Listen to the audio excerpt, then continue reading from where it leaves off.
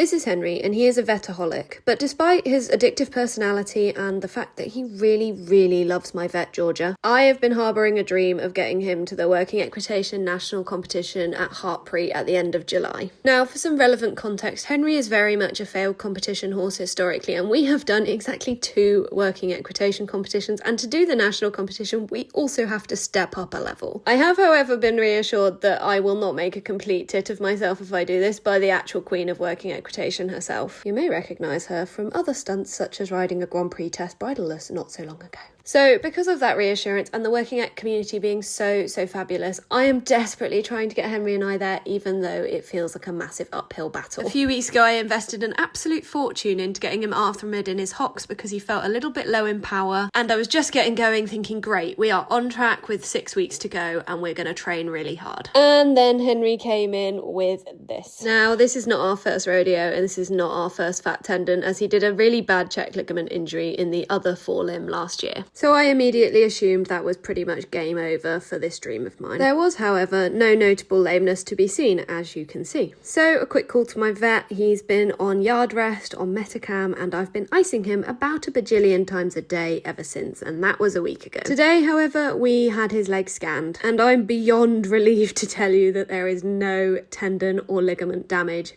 anywhere to be seen. So you know what that means? It means it's officially time to start Henry's road to Working Equitation Nationals. Now, he has got another week off. He is slightly reactive to palpation, and we think he did just bash himself really badly and has bruised the leg. But after that, I can get back on and go back to business as usual, which will leave us approximately 2 to 3 weeks before we have to go to Nationals and compete in our biggest competition ever. So give us a follow if you want to show your support, and I'll take you guys along for the journey. He's defeated the odds before, so let's see if we can do it again.